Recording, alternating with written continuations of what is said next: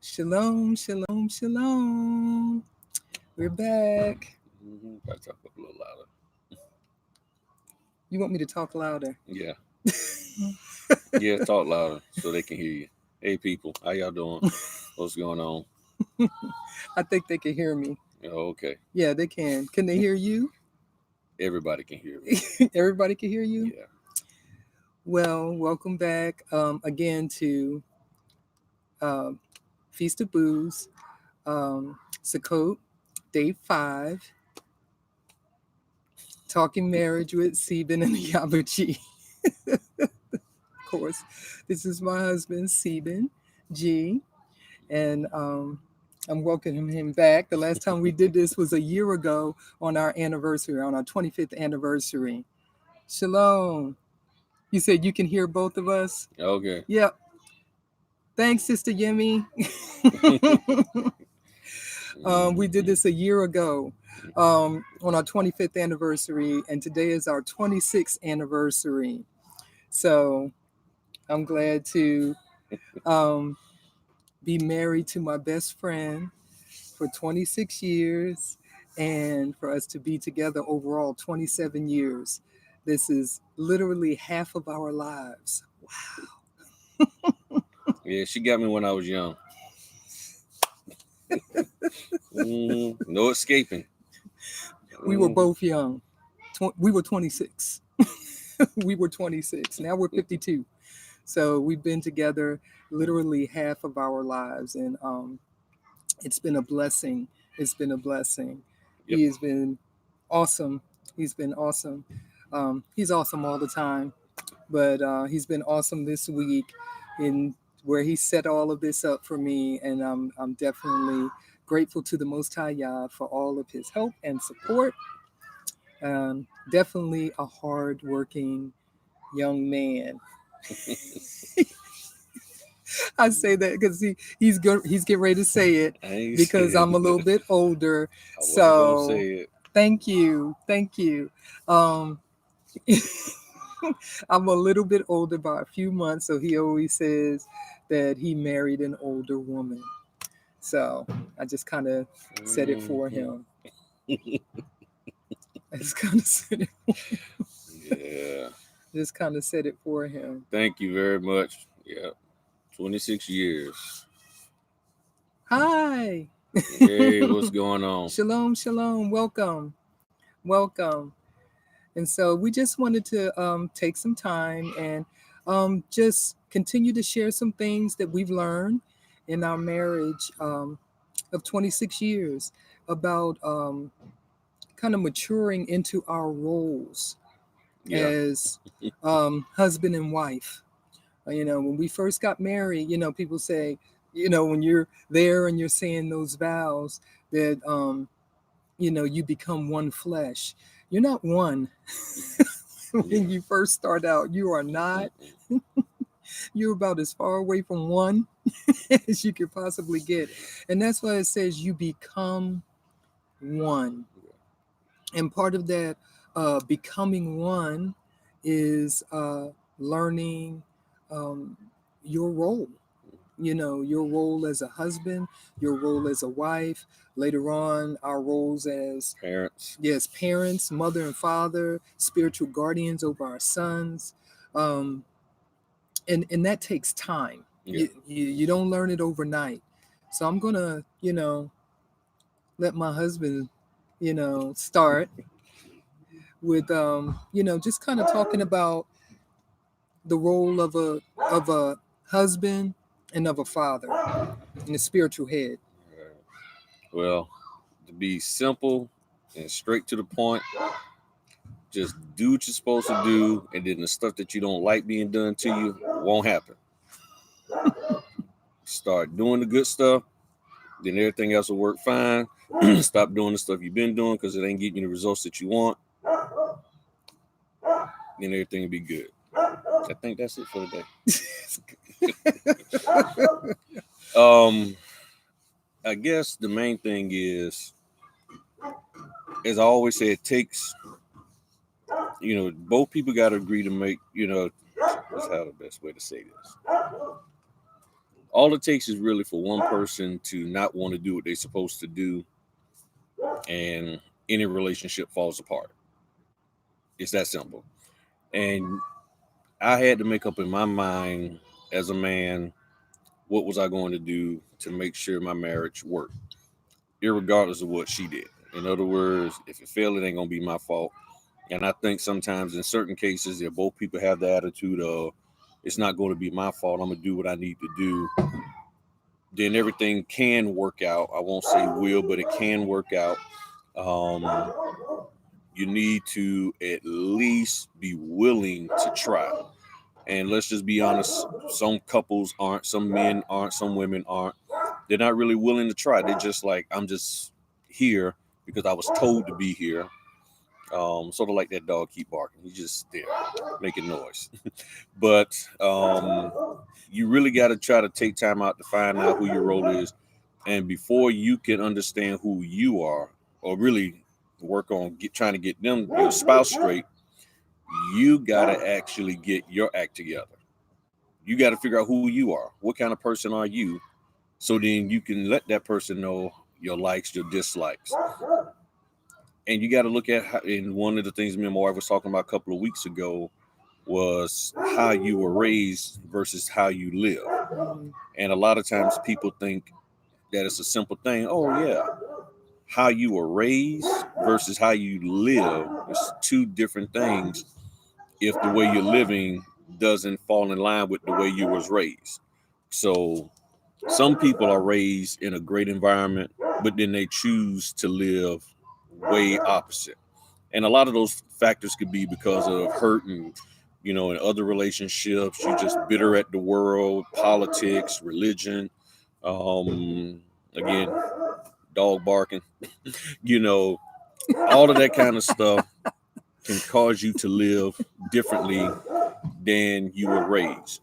And to be honest, it's a lot of work to actually live according to the way you was raised, especially if you was raised correct.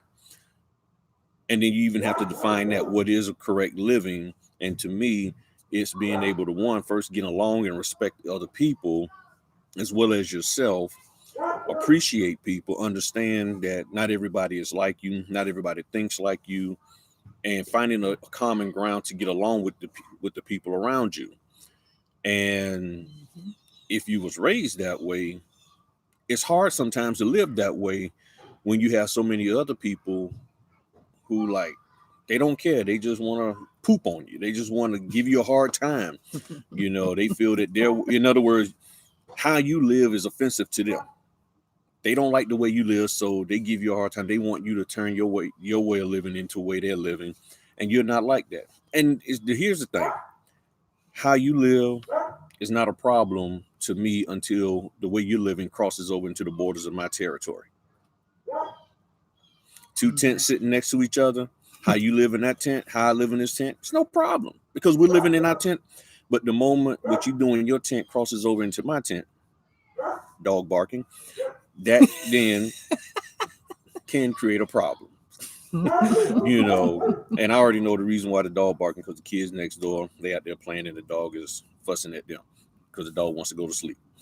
But here's the thing: people can live any old kind of way they want, and true, we don't really have anything to say. But it's when that living, the way you're living, crosses my whatever borders, my house borders, my work borders, my wife borders, all of that, kids borders, money borders, property, all of that. The moment the way you choose to live crosses over and it's offensive to me, then we have a problem. Now, it can still not be a problem if I choose to accept your little awkward way of living if I don't address it.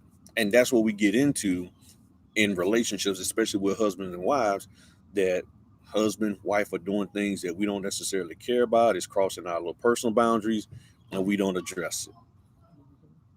Just like your next door neighbor, just like the people at your work, you don't address it, then it keeps going and going because that's what they want. They want you to accept who they are. As we say, as many of the believers talk about on their YouTube channels about how the world is infiltrating and pushing this agenda on us, and they want us to sit by and not say anything. Same thing here. So as a husband and wife, part of who you are, you got to find a way to figure out when to say something, when not to say something, how to say something. And sometimes you just pray to the Father and say, hey, reveal to them, because you may learn that, okay, they're not the type of person that can handle what you're saying for whatever reason based off of how they grew up. So how they live, they might be the way that spouse is living is like, that ain't the way they may, they just have an odd way of living, and you didn't realize that until you got married. Doesn't mean the marriage should be disposed of. It just means y'all need to find a way to work with each other. Then you, as the spouse, the husband or the wife, got to ask yourself simply this: is the way I'm living conducive to a good relationship for us going forward?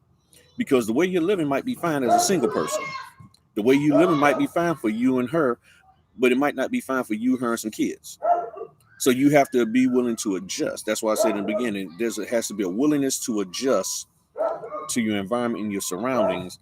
And I have to say that as the husband, as the man of the house, you have to be willing to set the atmosphere, make sure the temperature is correct so that the people around you can grow. You want them to grow. You want them to prosper. You want them to be able to blossom into what the Father wants them, and with the gifts and talents and the aspirations that He's placed in them.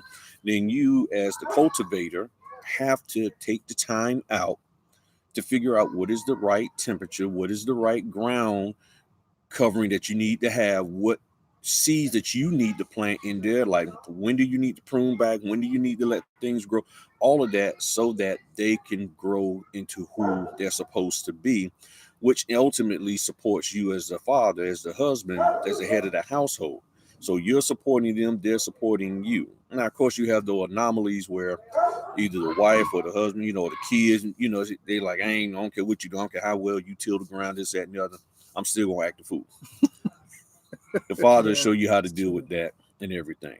But looking at it in a semi-perfect world, if you do your part, you live the way you're supposed to live, then they have no choice but to either step up and get right, or and it's not step out, it's step up and live right, or you don't live the fullness to the way you want.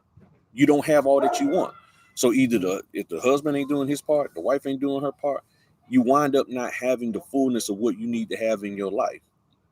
Same thing with the kids. You have to constantly stay on your kids. Y'all need to act right. Husband, mom, and dad acting right, living right. Then the kids who are living, especially when they're living in your home, aren't acting right, and you're just letting them. No, no, no, no, no, no. You got to get everybody on the same page so that the blessings of the Father can flow through. Now, if they choose they don't want to live right, then they got to go somewhere else. It's that simple. That's a hard thing to do, but I mean, you can't stay right in this tent, and then you got to go get your own tent. Go somewhere else. But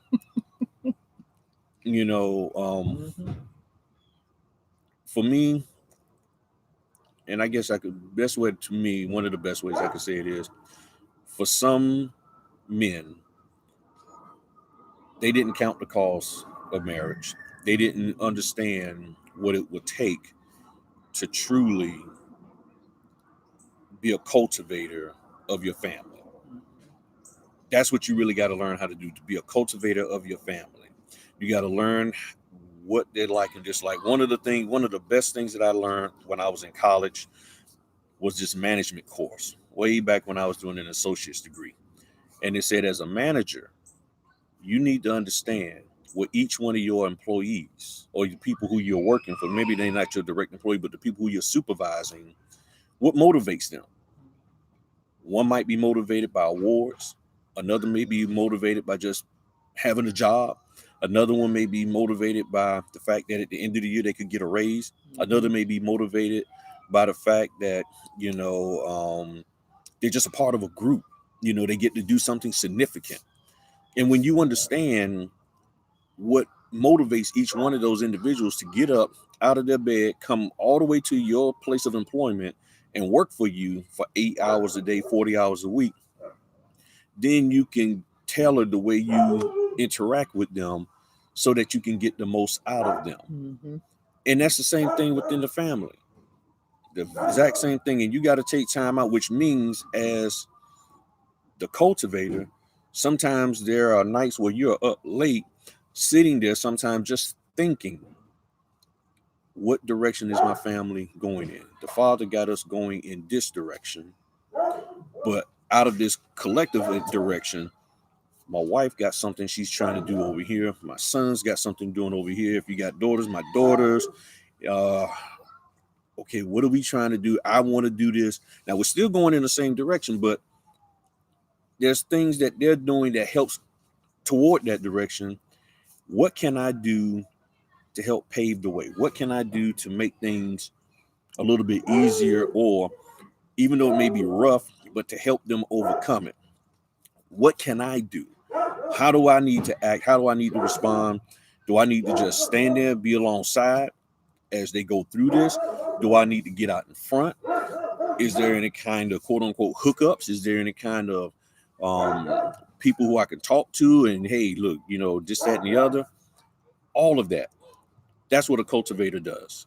And for some men, they're not willing to do that. Some men don't know how to do that.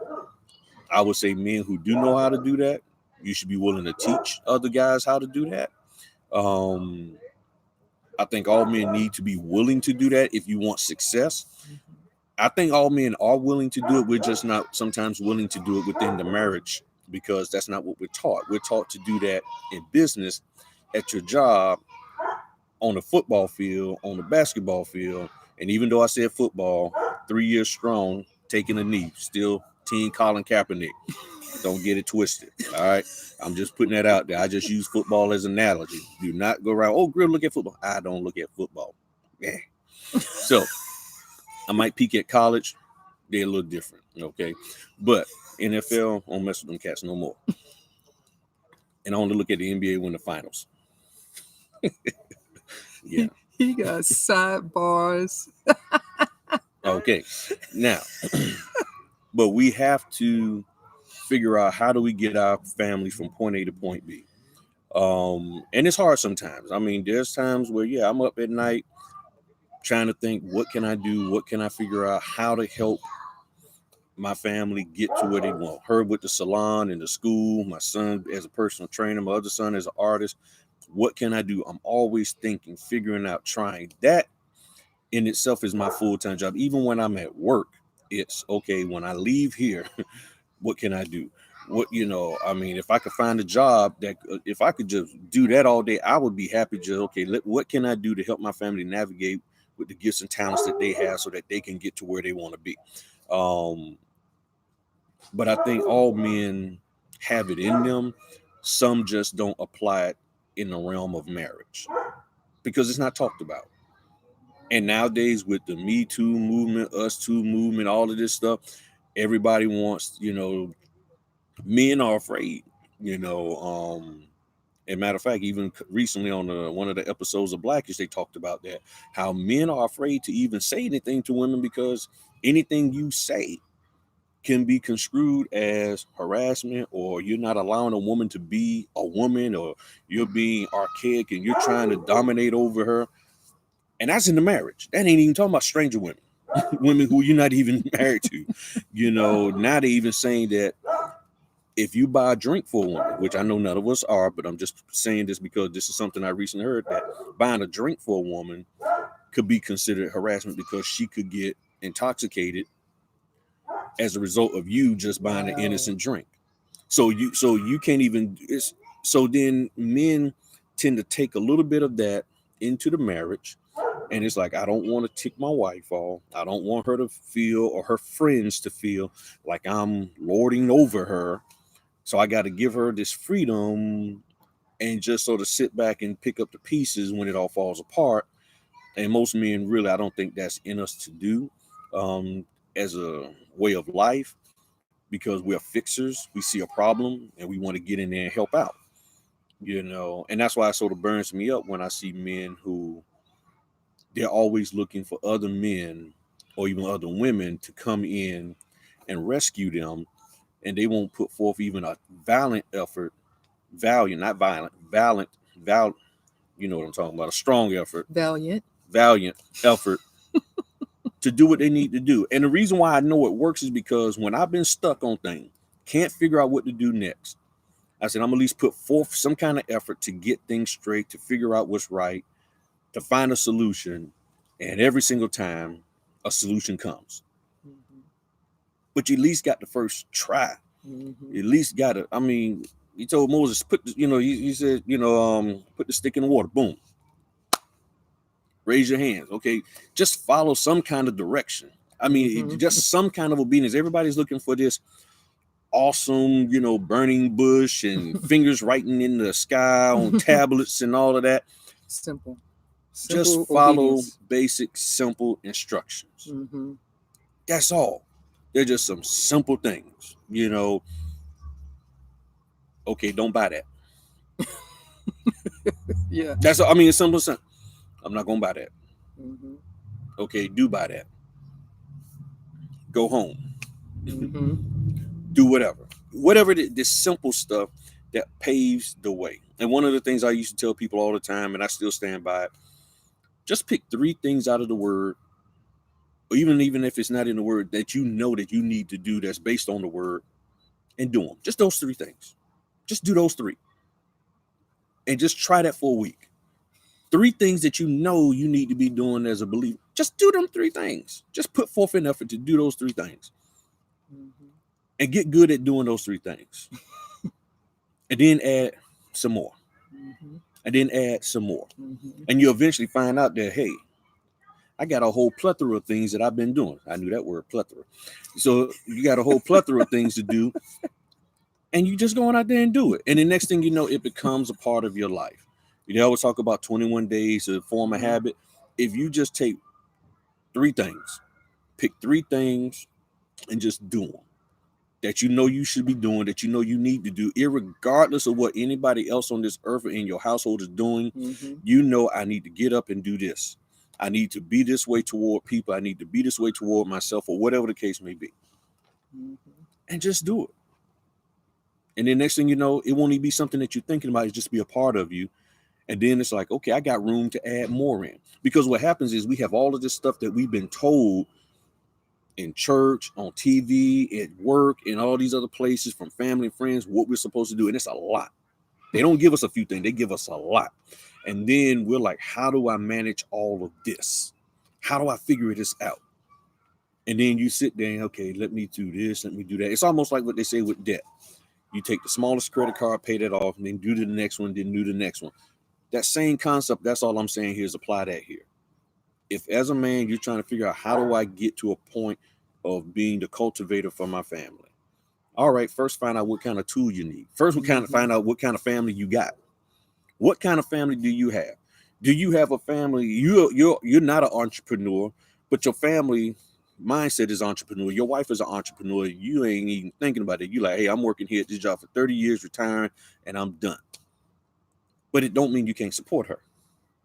Now, as a non-entrepreneurial mind person, what do you need to do? At least find out about entrepreneurship, business, or whatever, so that you can provide her the basic support. That's all I've done with hair. I found out and learned just the basic stuff about hair, this, that, and the other, so I can talk intelligently about it. Because understanding how the enemy looks at it, what's the number one way that he can make her business fail is by bringing people across my path who would want to connect with her, but I'm not able to talk intelligently about what she does. You think about it. If he brought them to, if the father tried to get them to her, everything would be cool. He could sell them on whatever. But if they came to me and I don't know how to talk right, I don't know how to act right, they was like, And even though, no, I'm not a hairdresser, so why should I know that? But because we are one, people would expect me to know something. Mm-hmm. So therefore, I took time out and learned. You don't want me to cut your hair, I'm telling you. You really don't. I'm not going to try to cut your hair and everything. But I know enough to get them to understand that our business is legit. And sometimes, men, your wife may have something that she's trying to do, and people will measure whether or not they want to do business with her off of where you're at. And the same thing for women when they're husbands. That's so true. So you got to take time out and figure it out. Find out the first thing that any man should do after this is just say, hey, you know what? What kind of family do I have? What is the ground here? Is she an entrepreneur or is she not? Is there the potential for her to be an entrepreneur, but she hasn't gotten to that point yet? Okay, so what can I do to prepare her to help her out? That was me. And I tell people all the time, look, her with the salon, I told her she was down at the school for 14 years. Or 23 altogether. 23 altogether, but once she became a full-time teacher, in her third year, I was like, she ain't gonna retire out of this. I told her she ain't gonna retire. I saw it, I was like, she ain't gonna retire. You need to do this full-time, get your own school. I told her that. After the third year. After the third year you did. of her 14 years as a full-time permanent teacher. Mm-hmm. And she wasn't hearing me. She was not hearing me, wasn't listening at all. So you know what I did? I did something real simple. I went and learned everything Shabbat I could. Shabbat Shalom. I went and learned everything I could about cosmetology schools. You did. Everything. I learned, and I didn't tell her. And for years, I just sat there and learned. I learned where to get all of the equipment, how much everything costs, this, that, and the other. And I was like, I'm just going to get it and then I just prayed. I said, Father, you deal with her. Deal with her, help her. Because one of my favorite phrases is, when enough pressure gets applied, people will respond. Mm-hmm.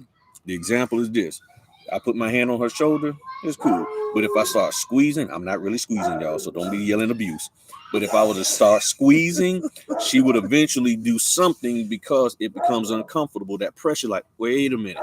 And sometimes we need a little bit of pressure on us to make us move in the right direction. So I said, big guy, you got to deal with her, put the pressure on her.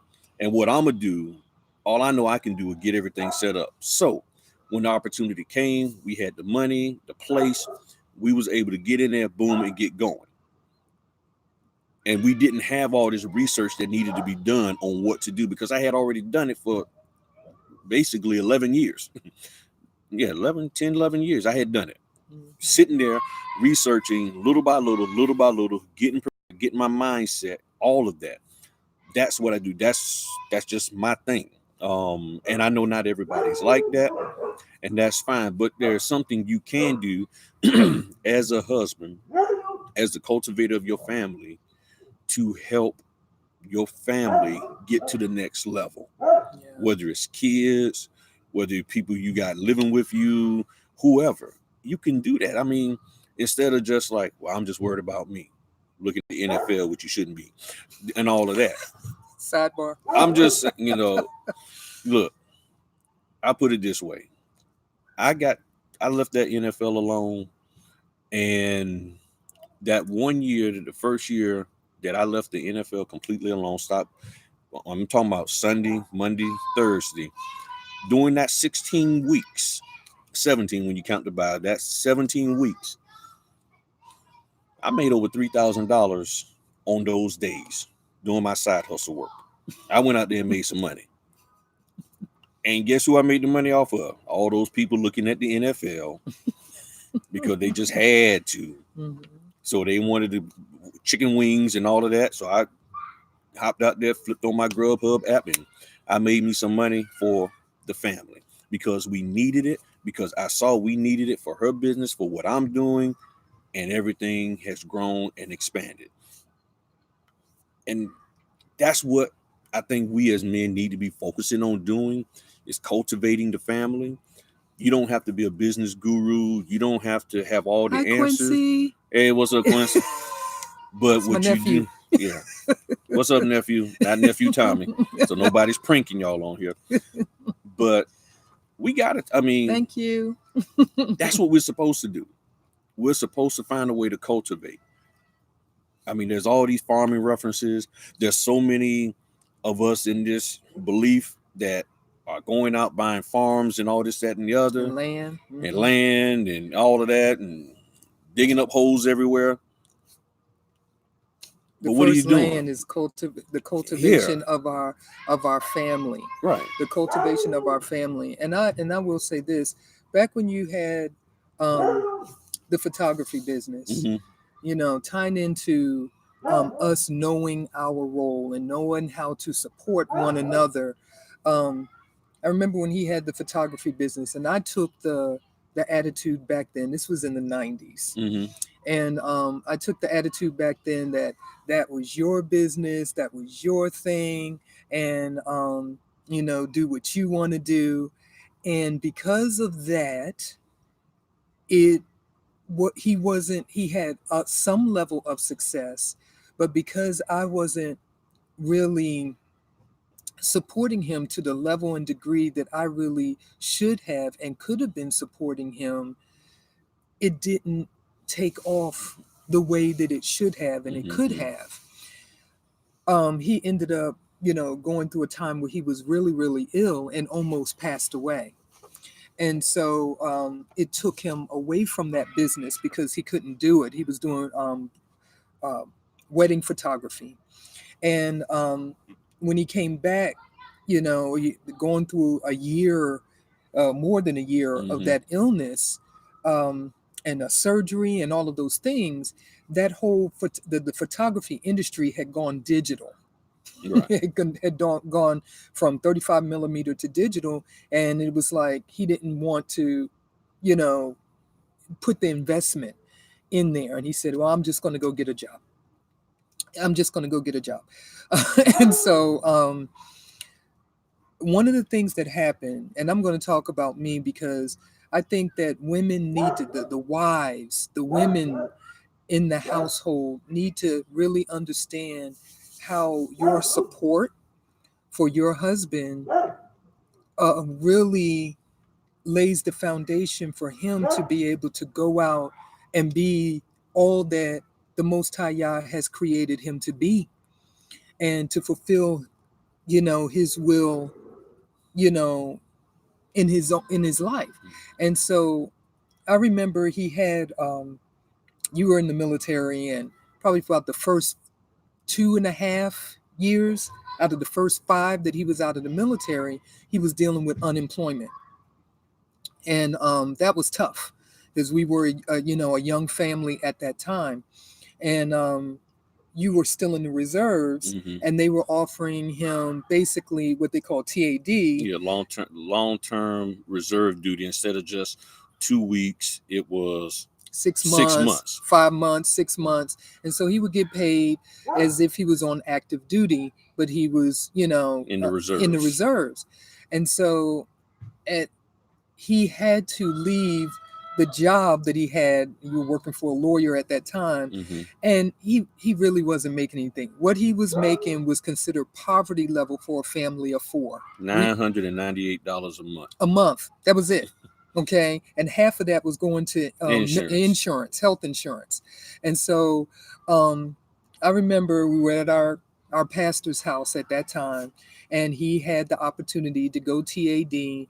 And because I wasn't mature enough, and I didn't have enough trust in the Most High at that time to understand that He is our source, Mm-hmm. and that all of these different avenues, jobs, businesses, or whatever, are resources that He funnels, that He uses to funnel what we need to us. And I remember my sons were babies, literally babies, and my youngest son was an infant. And I started having a a woman, a woman trim. I was having a tantrum, and I was like, "No, don't leave that job! Don't leave that job!" Because I was just looking at it as he had a job and it was security, but he wasn't making anything. He really wasn't making enough to support us, really. And I was like screaming and crying, and I was having a tantrum. When I look back at it, I was like, what was I thinking? I really needed to grow up, and I wasn't being supportive. And so I remember the pastor's wife taking my child out of my hand because I was losing it, and I was embarrassing my husband. And then he said, "All right." My husband said, "Okay, I'm going to stay at that job. I'm gonna stay at that job." And so he stayed at that job. It probably wasn't a Two to three it weeks was later. 2 to 3 weeks later. He comes home because I'm a stay-at-home mom at that point. So I'm not working at all. He comes home and he says, Have a seat. And I'm looking at him, and he says, today was my last day at my job. So I'm looking at him like this, thinking if I stared at him long enough, that he was going to say something different from what he just said. And he's told me, he said, go ahead and cry now. It's okay. I start, and I had tears rolling down my eyes. And from that point on, it probably was about another 5 or 6 months later before that opportunity that he had, it came back around Right. again, Because but when it I was a went back, while. yeah, because I knew the first thing, because I might have had already checked, but the opportunity to go long term reserve duty with them Thanks, Sister Candace. had already had passed. Yeah, So in that moment, that messed us up financially for a while. Even though I yeah. got a job, it threw us in some turmoil for a while, and it took us years, not a couple. It took us years, even after I started making good money, to really bounce back from that and And it everything. taught me a lesson that I needed to grow up. I needed to grow up, and I needed to learn my role as a wife. How am I supposed to support my husband? How I had to start asking the Most High to show me how I was supposed to function as his wife, as his helpmeet. Um, you know, I really had to pray for my belief and trust in the Most High to be strengthened, because that's all that was, is that I didn't have enough trust in him and his ability to take care of us. And I put the Most High in a box. And because I put the Most High in a box, I was putting him in a box, and he wasn't able to really flow through him. And so once that job was gone, then I had no choice but to start trusting the Most High, and trusting that the Most High was going to, you know, bless him with the next opportunity, whatever it was. And that was really the start of my growth and my faith and my belief, because it was really shaky. I was the type of a woman that I had to see it. I was all about, security for me and all of that. Um, Shalom, shalom, all of you who are just coming into the chat. Um, and that really kind of was a turning point in our marriage, because, you know, I wasn't being supportive. And that was a turning point in our marriage as far as us getting on the same page, Mhm. you know, with the direction that we were going and what we were doing, whether it was spiritually, financially, mentally, emotionally, with our children, all of that. And I had to learn, because I didn't understand my role at that time. And I look back, and sometimes we talk about that time in our life, and we were like, man, what were we doing? Mhm. Yeah, because one of the things that I even recently came to the conclusion of is that, and I don't know if I made use this analogy last year or not, about the eagle flying above. I don't think I did. I don't know. But Use it again. all right, but the way I look at it is as one of the roles of a husband, as you're going forward, you, your wife, and your kids. On one end, you're on the ground level with them, walking, but you have to be like an eagle. You got to fly up high, not so much ahead of them, but you just got to fly over them to provide that cover. You fly up high over them, but in flying up high over them, you get to see further down the road than what they can see at ground level. Mm-hmm. And by you flying up high, you see, now, not that you don't spend time with them down here, but if you see what's coming up, then you come back down and say, okay, this is how we need to prepare, because such and such is down the road. Mm-hmm. Something's down the road. I don't know how we're going to deal with it when we get there, but there's something down there. I see it. And then the spouse got the trust. And then there's times where the father may give her the eye to see what's coming up, and you got the trust. But I think it's paramount that, another fancy word, paramount. I think it's paramount for the man to be willing to fly up above and look ahead. Too many times men are going ahead. They're spending a lot of time going ahead. And there may be times where you need to go ahead and lay and build a bridge and all this, that, and the other and all that. So when the family gets there, they can cross it. But sometimes they spend too much time going up ahead and not enough time back with the family, building that relationship, that trust with them. And then you look up, okay, what's going on? And then you connect with other men who may be able to fly a little bit higher and who have already gone down this road, and then you connect with them. So you flying up high, you flying with, hey, old eagle, what's going on? Hey, let me tell you what's going on. You need to watch out for this. And then you as a man got to be willing to trust this other man in the knowledge that he shares. And then you take that back down to your family, and then it translates across the board. And the same thing with the women, the same thing with the kids. The older men and the older women, as you mature, and it's very important for us to understand that we must mature within our families and within our communities, because the scripture talks about the older men and the older women teaching the younger men and the younger women. And we should be training up our sons and our daughters to be that future head of a household or that future helpmeet, and that's what you're doing. You're really training them, for the next generation to set up that next household. And if you're not thinking in that particular mindset, you'll live any kind of way. You'll do anything within your marriage, and you'll pay the price later on. Yeah. And you just can't be frivolous within your marriage. You can't just be like, oh, I'm gonna just do this or I'm gonna do that. I'm gonna treat my husband any kind of way. I'm gonna treat my wife any kind of way. I'm gonna treat my children any kind of way, because all you reap what you sow. You reap what you sow. Sometimes it comes right back at you right then and there. Sometimes it'll come back, 5 years from now, 6 months from now. And that's what was happening to us. We have always made we've always talked things out.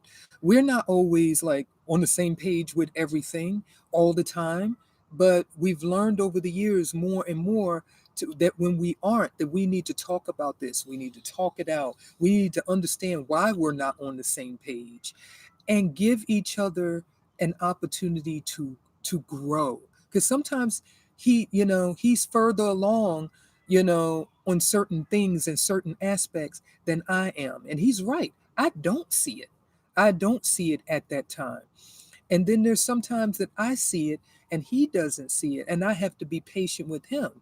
And we do have to learn how to bear the infirmities of the weak, and depending on what's going on within our family at even given point in time, we have to know and understand our roles and being able to function in those roles according to scripture, and at the same time we're setting that set apart example for one another and for our children at the same time. Because even though our spouse may not always be saying something, they're always watching you. I'm watching him, he's watching me. Our two sons are watching us, you know. We're always watching them. We might want to hear because it's starting to get dark. But yeah, we just wanted to talk a little bit about the roles in the family and just a little bit of the things that we've learned, and just be an encouragement that, we've got to be supportive of one another, and support and be willing. Yeah, willing. Men, just make up your mind to be willing. If you just take the time out and just say, I'm willing. I'm willing, and then go from there. Because he ain't gonna force you to do anything that you're not willing to do. Yeah. The only person that forces you to do stuff you ain't willing to do is the evil one, the enemy. So if you're willing to say, okay, show me what I need to do, and I'll put forth every effort, a valiant effort, got it right this time, a valiant effort to do it. And he said he'll help you. So you said you're going to help me. All I got to do is try. What is it that I need to try? I don't know. Let me talk to somebody who I can trust, and maybe they can give me some kind of direction. Okay, or you can tell me or whatever. Maybe I need to fast or whatever. I need to get an answer on what do I need to do. Give me, even if it's you can't handle 3 things, then okay, give me one thing that I need to do the rest of this week till Monday to get me going in the right direction to help my family. Mm-hmm. And maybe everything that you need, young man, is in you already. You just need to get it right with him so that it can come out and be received. Mm-hmm. And sisters, those of us who are married, um, you've got to really understand your role. It's a very, very powerful role in the home, and know how to function in that role and know how to be a support system to your husband. Be that help me, you know, and one of our big roles as wives is to manage the home, and I've heard of women that they're wild, and they're just all over the place, and they're out there, and the kids are left fending for themselves. Don't be that type of woman. Don't be that type of woman. And so we just wanted to take a few minutes to encourage you with all of that. um, we're always happy that we get another year that the Most High Yah has blessed us to stay in our covenant marriage relationship. And I'm always amazed at how much he has helped us to grow and to mature, individually and collectively in our marriage. And that gives us a place of security within our household, and we're able to create an environment, even though our sons are adults. Mm-hmm. They still need that security and that safe environment for them now to get trained and mentored for their next step and their next phase in their lives. So just because we're semi empty nesters and our children are grown, that we still are parents, and we still have a very weighty responsibility within our home as husband and wife, and as parents and spiritual guardians over our sons. So we're losing daylight out here in Mm-hmm. this tent. All right, people. But and we're gonna catch some dinner together, and just look into each other's eyes, and Mm-hmm. Yeah. Well, y'all have a good one. y'all have a good one. Thank you so much for joining us, and just this time of fellowship. And I look forward to seeing you um, tomorrow. Love you too, Quincy. Good to see you, nephew. And I'm gonna give you a call. We gotta get together for lunch. um, uh, what was I going to say? Oh, Bye. that we're always saying goodbye, and we're gonna. I hope to see you tomorrow for our early morning update and our time of praise and worship. Shalom. Shalom.